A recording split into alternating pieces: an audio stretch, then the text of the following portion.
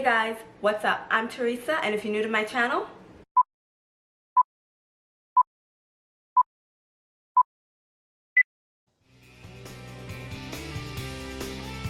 Have a new student joining us. First off, welcome.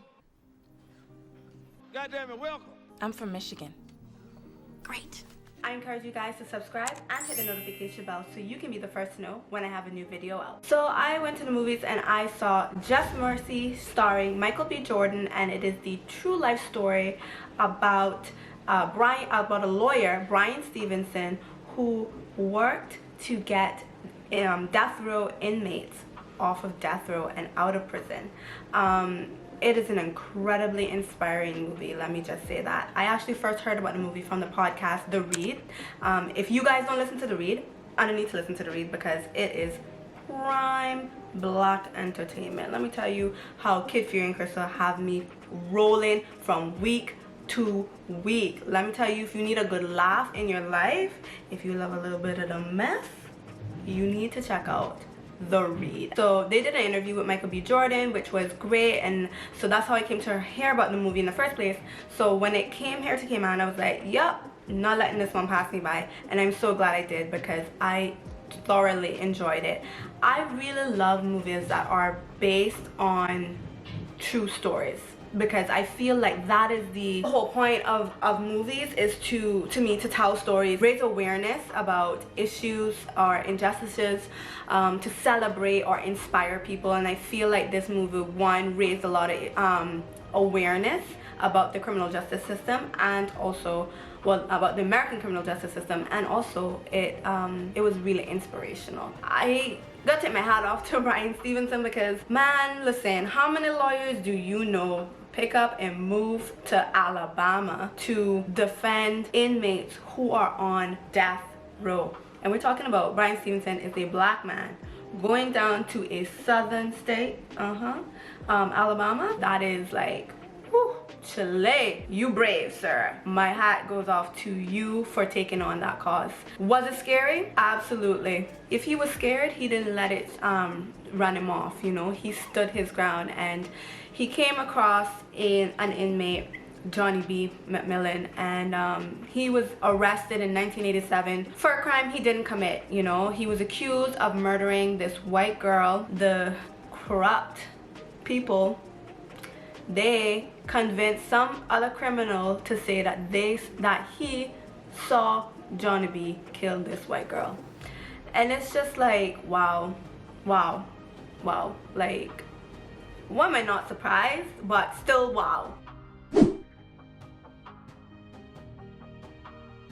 The beginning of the movie, I love how Bryan was able to make this connection with this other inmate in their prison system back when he was still in law school.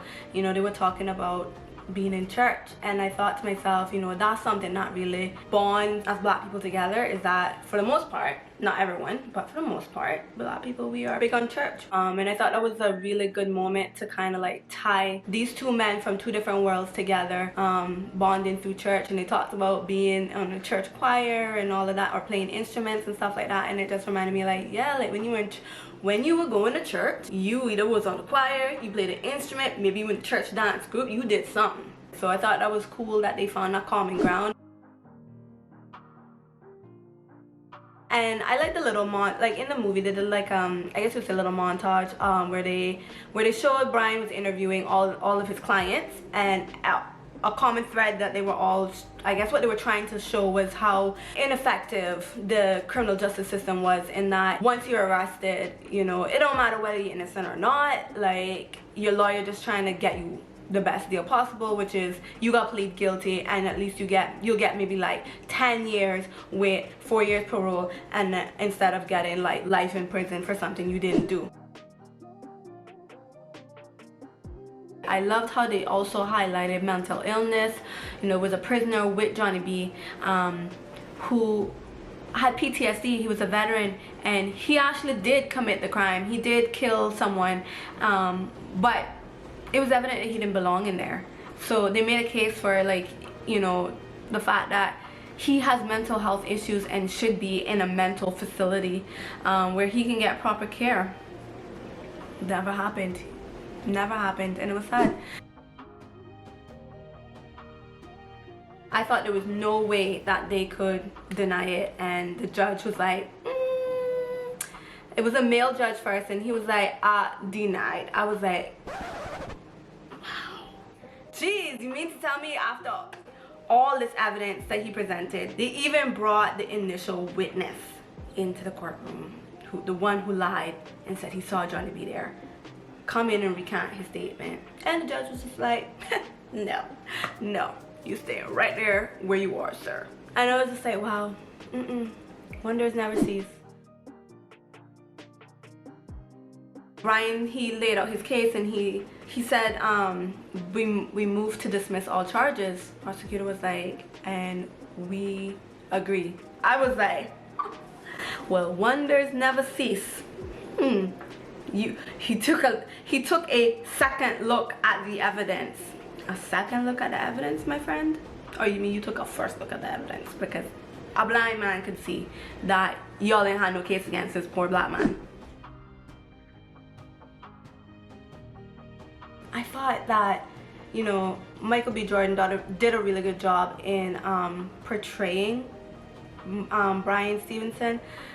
There's a calmness about Bryan, like, you know, like when you get passionate about something, your eyes start getting bigger and you start talking louder and you might get more expressive and your hands go all over the place and you can't control yourself.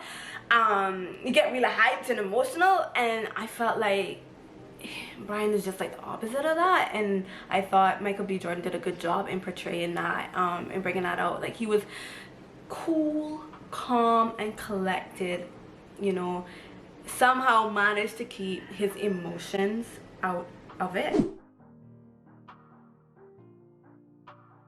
I loved it. I love the end when the voiceover, you know, when they talk about when you take away someone's hope, you take away their will to fight, kind of thing. And I thought that that was a pretty profound moment in the film. I love that, you know, he got him out in the end. That's not a spoiler, guys, because you could just as easily Google this thing and see how it ends. It's based on a true story. So he got him out in the end, and it was great to see him go back to his family. But you see, after that first court case, even though Johnnie B lost, I think that just lit a fire under him and inspired him to fight like he never fight before. Because when they brought him back to his cell, and let me tell you, that man did not want to go in. They had to force him in. I was like, yeah, he's back. I think he finally see that, you know what, somebody believes in him, and so he has to fight. I encourage you, if you haven't, go see it, because it is truly a great movie. I'm gonna lock it off here for now because I've been talking for quite a while. Thank you guys so much for watching. Please be sure to hit the like button, subscribe, comment. If you've seen it, let me know your thoughts. You know, can't wait to hear from you guys. Thank you so much, and have a great day. Bye.